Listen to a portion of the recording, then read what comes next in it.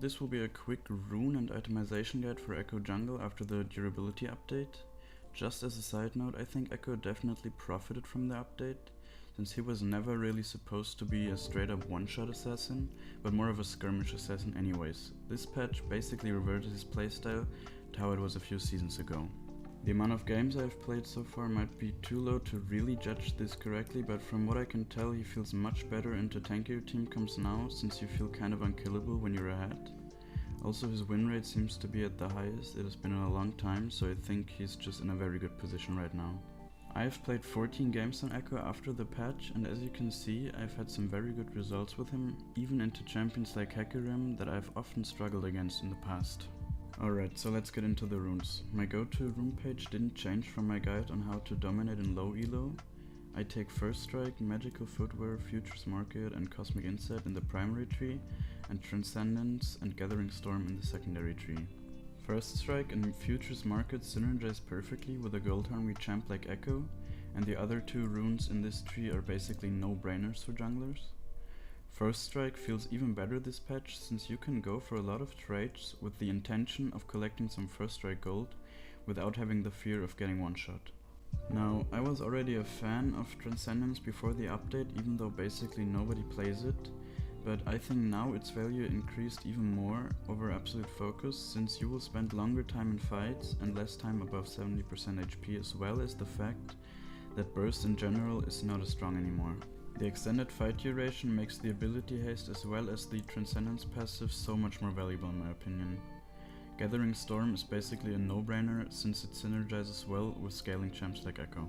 As I said in my other guide already, the secondary rune choices are just my preferences, so Triumph and Legend Tenacity are definitely a good choice as well, since the extra gold and healing from Triumph should not be underestimated, and the Tenacity can really help out versus high CC teams. Another great choice is Eyeball Collection and Treasure Hunter.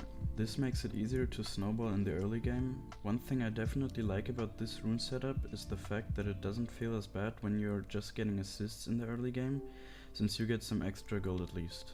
If I were to play on the Korean server for example, this would probably be my go-to setup, since the game time there is so much shorter, so the snowball matters way more than the scaling. Before the update I experimented a bit with Dark Harvest and Electrocute, and while in some games it felt stronger and increased my damage potential, it also felt way more inconsistent. The reason I tried to stay away from the red tree in general is for multiple reasons. First of all, it simply got nerfed a lot of times over the last year or so, and secondly, it forces you to play around the whole map to collect all the stacks. This leads to some inconsistency, because in some games you simply won't be able to gank all the lanes. Another problem that I have is with Dark Harvest in general, since Ekko is fine with scaling, so trying to collect as many stacks as possible and always having very high tempo is a risky playstyle on him, that isn't very consistent and also way more team reliant. First Strike damage is usually only slightly lower than Dark Harvest damage, but the extra gold you get from the First Strike easily makes that up. The only real reason I can see for taking Dark Harvest on Ekko is the fact that it synergizes so well with his W passive, so it's definitely not a terrible choice, and I would say the lower the elo, the better it is. Okay, so first of all, in the jungle you have the choice which smite you will take. This is very dependent on the enemy champions and your role in your team. Red Smite is in general the stronger smite for dueling purposes, but Blue Smite has a lot of value when you might have trouble sticking to enemies, or you want a little bit of extra burst. It also increases your engage range slightly, since you can Blue Smite someone to get into the E auto attack range by slowing down the enemy. The champions I would take Blue Smite against are mostly ADCs like Kai'Sa or Jhin that have a lot of movement speed, or in general squishy champions with dashes. Overall, the Smite choice definitely comes down to preference, but as a rule of thumb, I would say versus tankier teams, Red Smite is better, and versus squishier teams, Blue Smite is my preferred choice. Now onto the items. For your first base, you're usually looking for a Blasting Wand and Dark Seal buy. Don't ever buy Hextech Alternator in the jungle before Blasting Wand, since it doesn't help you with the clear speed, and the AP from the Blasting Wand is more valuable on Ekko anyways. To get this gold, you usually have to either full clear with a crab and go in dead, or get a kill. If you just full clear and don't get the crab and are forced to base, your buy should be an M-Tome and a Dark Seal. The Mythic choice for Ekko will 1000 out of 1000 games be Hextech Rocketbelt. If you build anything else, you're simply trolling. For me, Ekko doesn't even feel like a full champ until I have that item completed. It allows you to increase the speed of your combos by an insane amount, and also gives you a huge engage range as well as another ability to dodge spells. Usually by the time you finish your Mythic, you should get magical footwear, so you should look to build upgraded boots second. My boots of choice have always either been Mercury treads or Sorc boots, depending on multiple different factors.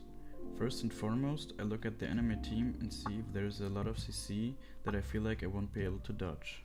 The most notable champs in this category are Lissandra, Lulu, Ryze, TF, so basically champs that have point to click CC, that you can't really do anything about when they choose to use it on you. Another big reason for Mercury treads are champs that build Everfrost paired with CC spells such as Ahri, Anivia or Sylas, or high CC champs like Sejuani, Leona or Ashe. Into these champs, Mercs are a no-brainer. Now after the durability patch, the priority for Mercs has definitely risen in general, since Sorcs have been nerfed indirectly, so I guess I should explain when to go for Sorcs. The easy choice to go for them is when the enemy team has no CC or easily dodgeable CC, or CC that isn't affected by tenacity such as knockups. The games where you have to think about which boots you should go are when you're the only AP champ on your team, but playing versus champs that have CC. Because then you have to weigh out the risk versus reward of abusing the fact that the enemy team won't build that much MR, but as a trade-off being more susceptible to CC.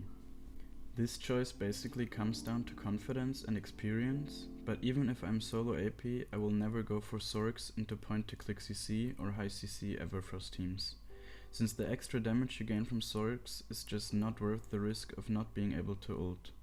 If we take a look at my match history, you can see that I only went Sorc boots in 4 out of 14 matches, and you can see that it was versus teams whose only CC came from champions such as Nami or Diana, which is easily dodgeable in Nami's case or not affected by tenacity in Diana's case. In general, Sorcs are definitely the riskier choice, and I've lost games because I went Sorc boots while not thinking about it, so if you're not sure which boots to go, Mercs are never a bad option unless you're literally versus no CC at all. If the game is going well and you have a lot of Dark Seal stacks, preferably 10, you can look to upgrade your Dark Seal to Mejai at this point. Since Ekko is basically the Mejai's king, I upgraded in probably 95% of my games. Sometimes it's even viable as a comeback item with 0 stacks if you want to have a last hope in a game where you're behind. The best time to buy Mejais is when you have flash available and your ult isn't on cooldown, since that minimizes the risk of dying. For the second item, there was always the debate between Lich, Bane and Nashors, but I think now after the update, Nashors should be the clear favorite since it provides more DPS. Also, as a side note, I sometimes see people saying you should go Nashors before Rocketbelt because it increases your clear speed, but if you do that, you're basically signing up to be an AFK jungler, so yeah, I don't approve of that at all. The third item choice heavily depends on the enemy team's item builds. Either way, it will always be between Rabadon's Deathcap or Void Staff. When the enemies have over 65 MR, Void Staff becomes the more gold efficient item over Rabadon's. Sometimes you will have to look into the future and guess if the enemy team will build MR items even if they haven't started building them yet. Making the right choice is something that mostly comes with experience, but as a general guideline, I would say if your team has other AP champs on it as well, it is more likely the enemy team will build MR.